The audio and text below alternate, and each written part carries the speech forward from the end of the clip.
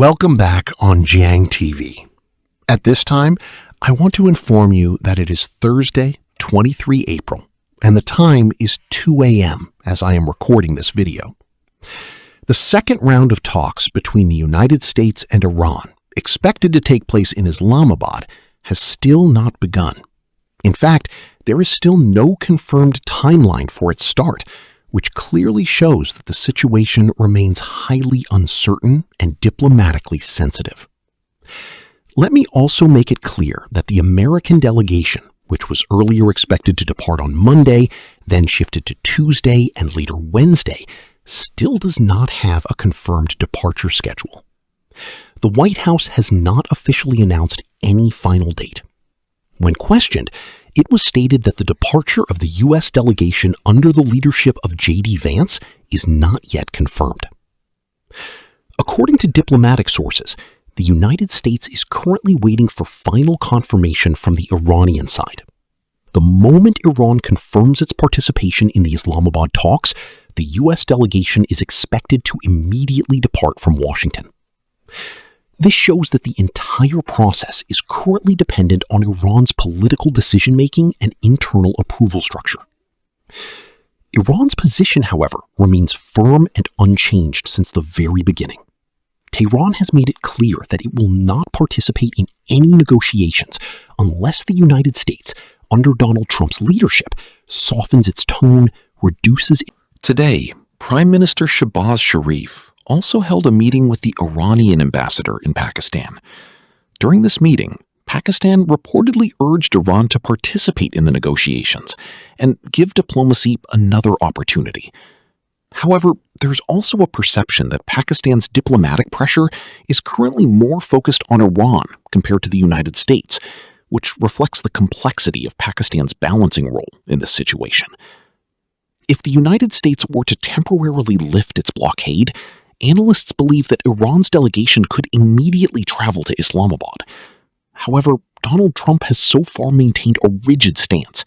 He has publicly stated, including on Truth Social, that economic pressure on Iran is increasing and that this pressure is strategically beneficial for the United States.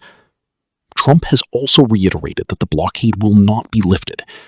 However, in international diplomacy, positions can shift rapidly, especially under pressure. There's a possibility that within the next few hours or days, the U.S. could adjust its stance, similar to how the ceasefire extension was announced earlier under regional diplomatic pressure. The ceasefire, which technically expired on 22 April, was extended by Donald Trump following reports reportedly linked to Pakistan's leadership, including Prime Minister Shehbaz Sharif and Field Marshal Asim Munir. This move indicates that back-channel diplomacy is still active and influential, even when public statements appear rigid. At its core, what we are witnessing is not just a political disagreement, but a psychological and strategic standoff. This is a war of nerves, where both sides are attempting to apply pressure without direct military escalation. Iran's position remains that if its core demands are accepted, it is ready to engage in negotiations immediately, without delay. On the other hand, the United States continues to rely on pressure-based diplomacy. According to reports referenced by international outlets such as CNN, the U.S. has already utilized a significant portion of its missile inventory and defense systems in the broader regional tension landscape. This indicates that military readiness is high, but sustained engagement is also costly. Iran, meanwhile, has significantly strengthened its internal military and strategic capabilities over the past 2 weeks. Reports suggest that drone systems, missile infrastructure, and logistical networks have been reinforced and repaired following earlier disruptions. This shows that Iran is preparing not just for negotiations, but also for long-term strategic stability in case diplomacy fails. One of the most sensitive developments in this entire situation is the Strait of Hormuz. Iran recently seized 2 tankers in this region, claiming violations of maritime regulations. This move is widely interpreted as a strategic pressure signal aimed at demonstrating Iran's control over one of the world's most critical energy corridors. Any escalation in this region could have direct global oil market consequences.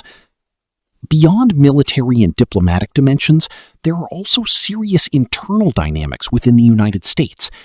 Reports suggest that during a Situation Room meeting, there were intense disagreements between Donald Trump and senior military leadership. Some sources even claim discussions around the nuclear option were raised, which led to strong opposition from General Kane, who reportedly left the meeting in protest. It is important to understand that the nuclear option is not an immediate action button. It is a highly complex, multi-layered decision-making process involving military, political, and strategic approvals. Therefore, Pakistan's role in all of this remains extremely delicate. On one hand, it is facilitating diplomatic engagement and trying to host a potential negotiation framework. On the other hand, it is dealing with internal economic and logistical challenges due to security lockdowns, disrupted transportation, and business slowdowns in affected areas. The economic cost of this prolonged uncertainty is becoming increasingly visible. Daily disruptions are impacting trade, mobility, and local commerce in Islamabad and surrounding regions. Schools, offices, and transport networks are also indirectly affected, adding domestic pressure on the government to resolve the situation quickly. Now, the biggest question remains: who will blink first? Will the United States adjust its position under diplomatic pressure, or will Iran soften its stance to enter negotiations without preconditions? From a strategic perspective, both sides are currently engaged in a high-stakes game of endurance. However, early indicators suggest that neither side is ready for full compromise yet. Instead, what we are seeing is controlled escalation combined with back-channel diplomacy. In my analysis, Donald Trump may eventually be forced into a tactical adjustment, especially if regional allies and global markets begin to feel the pressure of continued uncertainty. History shows that in prolonged standoffs, economic and diplomatic costs often force partial compromises, even when political rhetoric remains strong.